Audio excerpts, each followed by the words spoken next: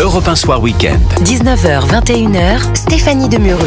Toujours en compagnie de Jules Torres et Gilles Boutin. Et cette question, faut-il prendre le 10 septembre, ce mouvement Bloquons tout au sérieux? À quoi doit-on s'attendre?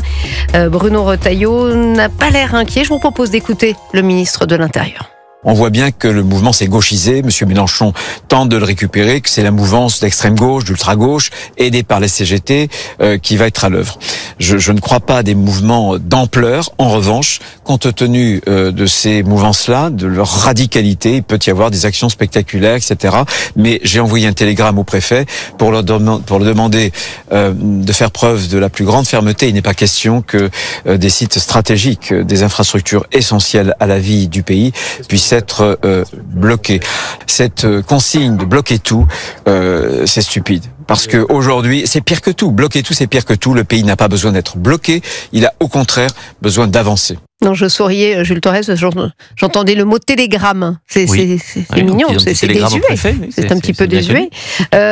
Zéro tolérance, il n'empêche... c'est vrai que des actions spectaculaires, on se méfie un petit peu. Clairement, est-ce que vous avez des informations en plus? Moi, mon sentiment depuis le début, et depuis que Jean-Luc Mélenchon a complètement essayé de verrouiller ce mouvement, c'est qu'il n'y aura rien.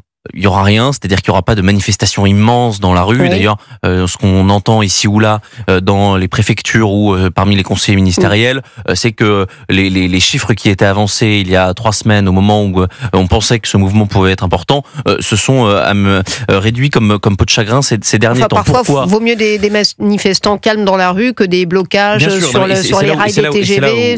Et c'est là où je voulais en venir, c'est que malheureusement, quand il n'y a pas de grande foule dans la rue, ça fait souvent le jeu des plus violents. Donc des éléments radicaux, de l'ultra-gauche, de l'ultra-droite, même si c'est moins fréquent sur ce genre de manifestations, et évidemment des Black Blocs. Souvenez-vous des Gilets jaunes, ça dure 1 mois et demi, on a des grandes manifestations, le pays est bloqué, il y a des revendications qui sont extrêmement claires. Là, les revendications, elles sont absolument pas claires. Je vous rappelle quand même que initialement, ce mouvement est né de la sphère des Nicolas qui payent, donc c'est des actifs, des travailleurs qui en ont marre d'être imposés comme le plus grand pays d'Europe, qui sont contre les ZFE. Là, je vous rappelle quand même que c'est Jean-Luc Mélenchon qui est à l'initiative, entre guillemets, de ce mouvement, et donc lui, il veut imposer encore plus les gens, il est pour les ZFE, et il veut plus d'immigration. Donc on connaît pas les revendications, donc c'est pour ça que je pense que ça va faire un gros flop.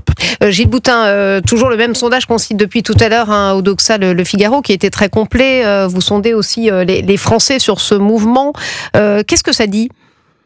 Je pense qu'on va assister à une partition du mouvement, c'est-à-dire que le mouvement va être très faible, comme vous l'avez dit, Jules. Après, c'est un peu une pochette surprise, c'est-à-dire que comme pour les Gilets jaunes, où on savait pas trop à quoi s'attendre au début, ça va émerger et on va avoir deux populations qui vont se côtoyer, qui vont même être en parallèle.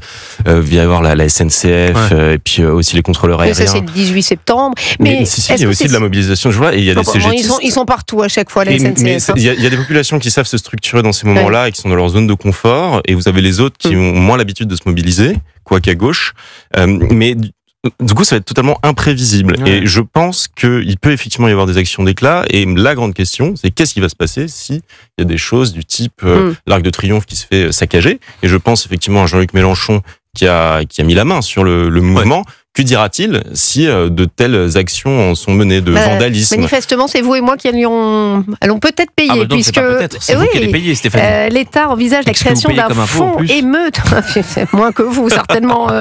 L'État envisage la création d'un fonds émeute doté de, vous avez vu, de presque 800 millions d'euros, qui prendrait la forme d'une surprime d'assurance de 5%. Enfin, alors l'objectif est plutôt louable. C'est pour protéger les commerces, les collectivités face au risque des dégâts. Alors c'est pas rien, parce que les dernières émeutes en 2005, c'était 1 milliard, tout simplement.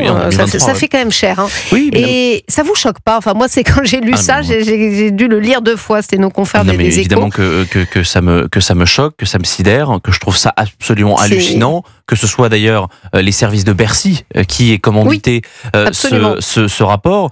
Mais finalement, c'est pas étonnant. On est dans une société d'irresponsables où le responsable ne paye plus. Dans une société normale, c'est le coupable qui paye. Donc là, on va donner casseur-payeur, il n'y a plus personne. En même temps, est-ce qu'ils ont les moyens de rembourser? Ah non, mais c'est pas le sujet, ça, j'en ai rien à faire. Mais c'est-à-dire que souvenez-vous de la phrase de Gabriel Attal: tu casses, tu répares, tu nettoies, tu défies l'autorité, on t'apprend à la respecter. Excusez-moi, elle a été complètement balayée, c'est cette phrase. C'est-à-dire que là, on va avoir des gens. Le problème, finalement, c'est que donc d'abord, il faut identifier les personnes quand elles cassent. On n'identifie pas toujours. Il faut les condamner. On sait que ça dure extrêmement longtemps. Et ensuite, il faut les retrouver pour les faire travailler, parce qu'il y a beaucoup de sujets. Peut-être que oui, ces gens sont pas forcément solvables.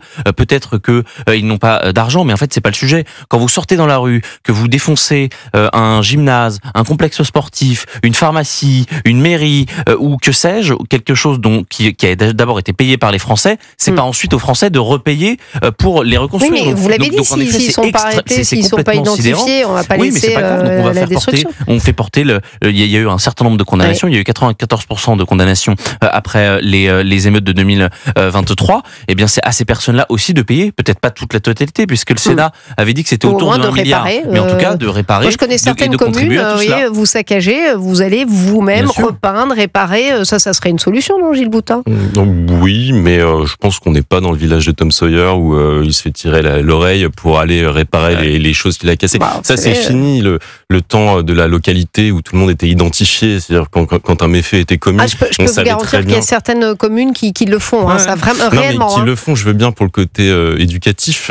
Cependant, la mesure qui est proposée de faire contribuer tous les Français pour couvrir les frais liés aux émeutes, ça ne me surprend pas. C'est-à-dire, il n'y a rien de nouveau. C'est-à-dire que vous vous rendez compte alors qu'on cherche de... Non, mais on se fiche de la tête du monde, honnêtement. Mais qui paye déjà pour lutter contre la délinquance? Qui paye pour que les prisons fonctionnent? Pour le coup, c'est toujours les mêmes. Mais c'est les honnêtes gens. C'est leur propre système assurantiel, si vous voulez. C'est-à-dire que c'est un système contributif. Nous versons tous une cagnotte pour pouvoir vivre dans un climat à peu près apaisé.